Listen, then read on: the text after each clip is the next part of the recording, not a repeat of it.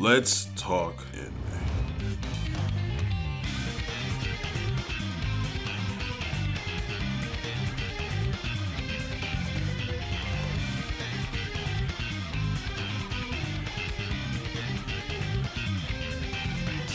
The first anime you ever watch is regarded in our community as the most monumental event in your anime journey. I'm sure that all of you remember the first anime you watched, whether you're just starting your anime career or have a long tenure spanning hundreds of shows. But for those of you who have never watched an anime at all, there's only one question necessary to begin your journey. Where should I start? There are articles on articles, lists on lists, YouTube videos on YouTube videos, all explaining how to perfectly begin your anime journey. It all seems a little overwhelming, but that's why I'm here, to add even more chaos. Well, in order to answer one question, we must ask another. What are the elements, the do's and don'ts of a good starter anime? Let's begin by refining our search with the don'ts. Shows that contain an absorbent amount of episodes. The rookie crusher of Nans, new anime niggas. Probably the easiest pit that Nans can fall into. Like a Venus flytrap, they allure you with these beautiful elements of world building, storytelling, characters, doing everything that an anime could do right. But then you hit a slow spot in anime. One boring episode is all it takes, and boom, you're dead. Well, like, you know, the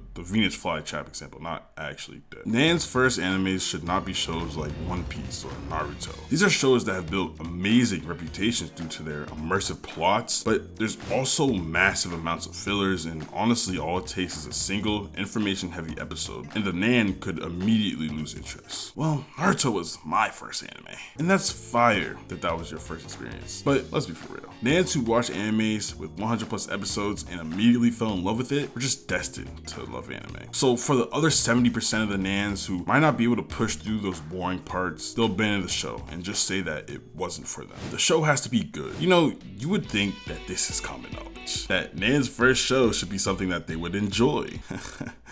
Common sense isn't common. Listen, anime niggas, Sword Art Online is not a good show. It may be your favorite, but in no way is it a quality show. Sure, it may have a special place in your heart, but trust me, not everyone feels that way. And to these niggas out here still recommending God of High School, come on bro, you're making us look bad. Too immersed in Japanese culture. The Nan will either not care at all about what they fail to understand due to the cultural barriers, or they'll automatically tune it out because of things like certain jokes that are saturated in Japanese culture, or maybe they got caught off guard by the fan service being a little bit too over the top. Honestly, most of the time, if the show's good enough, usually Nans can overcome the cultural barrier. Because why would I let a small amount of fan service ruin my love for the rest of the series? But we're trying to find the perfect starter anime, so there can't be any exceptions, because the cultural barrier definitely exists and is sure to throw off a couple of Nans. So let's just throw away the entire isekai genre. I'm sure that should be good enough. So what we're not looking for should be clear now, but the main question still remains unanswered. What traits of anime do we want Nans to experience for their first times? The do's. By the way, these aren't must-haves in any way. These are just things that may benefit the Nans viewing experience. These aren't boxes that every starter anime must check off. Popularity. The anime community is home to a whole bunch of gatekeepers and overraters. If the show happens to have a large fan base, then immediately the show is overrated and not even that good. It's what makes people call shows like Naruto and Hunter x Hunter cliches. But people forget that there was a reason why they were popular in the first place, because they were good. And while Nans may not have a reference to what good means in anime, people forget the most simple benefit of something being popular. It's rudimentary in the basis of popularity, and that's the fact that everyone is watching it. Having someone to talk to about the latest episode you watched is generally one of the best feelings in the world. Watching anime alone compared to watching anime with a friend is like night and day, and that's what will keep the Nans engaging with more and more shows. So this narrative that turns popular animes into some shitty, overrated cliche has to stop. Luckily, popularity goes hand in hand with the next benefit for starter animes: ongoing series. Usually, people don't factor in whether the show has finished or not, but I feel like it's the cherry on top for a Nan's first anime. In general, growing up with a show from its infancy builds a special connection that can't be imitated. It's a luxury that only few can enjoy. It not only feels like an accomplishment when the show finishes, but it'll feel like a journey, and every time they look back at their first anime, they can see how far they've really come. Honestly, ongoing series are amazing for Nans because it gives them a reason to come back. Binging series is cool, but sometimes Nans can go into it thinking, I'm gonna give this a chance. Instead, give them a series that they can finish but are left with wanting more. Binge-worthy, finished shows. I promise I'm not trolling. I know this contradicts basically everything that I just said, but I'm not so oblivious that I'm just ignore the pros as well. Binging Binging a series is probably the greatest feeling you could ever have after watching a show. Just pure euphoria, bliss, and feelings. Nothing but you and the journey the series puts you through. This transcends through all types of media as well, but anime just seem to do it the most justice. So now that we got the conditions, what are some actual shows that are perfect for Nan's first animes?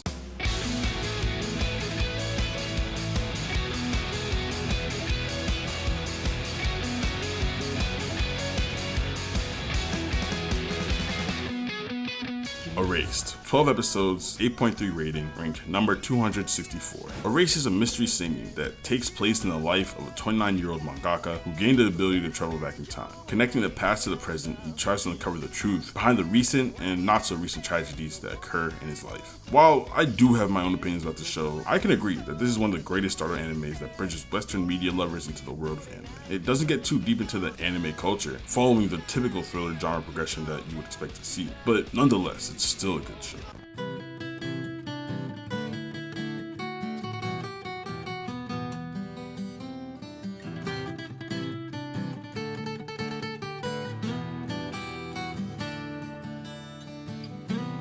Full Metal Alchemist Brotherhood, 64 episodes, 9.09 rating, ranked number 2. Regarded as one of the greatest animes of all time, Full Metal Alchemist follows a tale of two brothers on a quest to find the pinnacle of alchemy, the Philosopher's Stone, a stone that will allow them to transcend the laws of equivalent exchange, creation without trade. FMAB has stood the test of time, releasing in 2009, and yet still holds one of the greatest reputations in the anime community, with animation to match, where none of it feels outdated. It seems like FMAB is one of those shows in the community where it's universally loved and understood. No matter where you are in your anime journey, this will be a hit. If everyone is not special, maybe you can't be what you want to be. それぞれの答えにつかる。One, two, three, four, five, six, seven, eight, nine, 10, 11, 12, 13, 14, 15, 16, 17, 18, 19, 20. Mob Psycho, 37 episodes, 8.7 rating, ranks number 33. What begins as a light, airy show about a kid named Mob who has psychic powers rapidly develops into a show that highlights the epitome of those who strive for power. That being strong creates a hollowness inside that can't be filled on one's own. And yet, Mob is able to find the answer throughout the relationships that he fosters. In my opinion, this is the pinnacle of gag animes. Although I guess technically it's labeled as a shonen. It has some of the greatest character development I've ever seen in anime, while at the same time it's still able to satisfy my desire for battle shonens. The animation is top tier, but obviously that's to be expected from Studio Bones. This is a must watch, so why not start your journey here?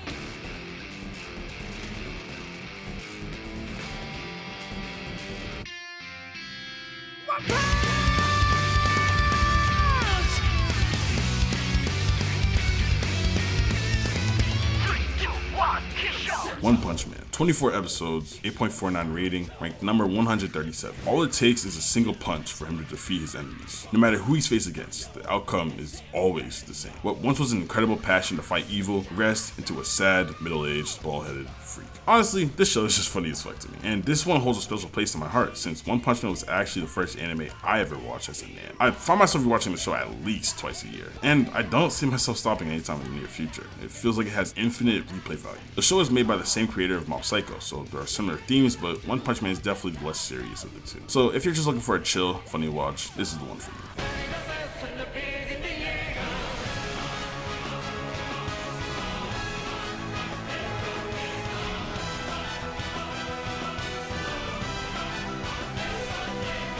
Attack on Titan, 94 episodes, 9.05 rating, ranked number 5. Titans and Walls. Yeah, I say much more. Attack on Titan is one of those animes that are so popular that I feel like everyone's at least heard the name before, and for good reason. It has the greatest plot and storytelling in all of anime. It's balanced in all of its world building, characters, and animation, but what really makes the show a delicacy in the anime world is its writing. Also, I know that our restrictions included anime that had an insanely long amount of episodes, but this 100% gets an exception, because every single episode is important. None of them feel like filler and they don't deter the viewer from continuing the series. AOT literally has some of the highest rated episodes across all mediums of media, not just anime. So yeah, no one should argue this. AOT is amazing for NAMs.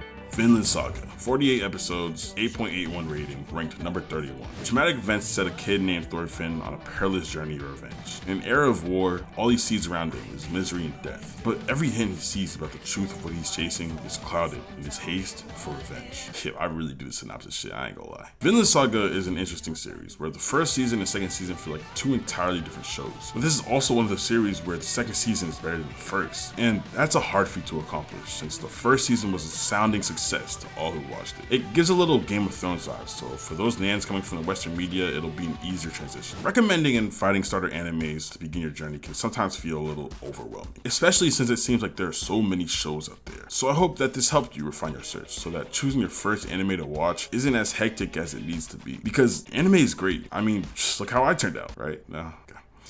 I hope y'all enjoyed this video. We actually just hit 500 subscribers, and I truly appreciate the love and support that y'all show me. Make sure to like and subscribe, leave a comment telling me and others what your perfect starter anime is. And until next time, peace y'all.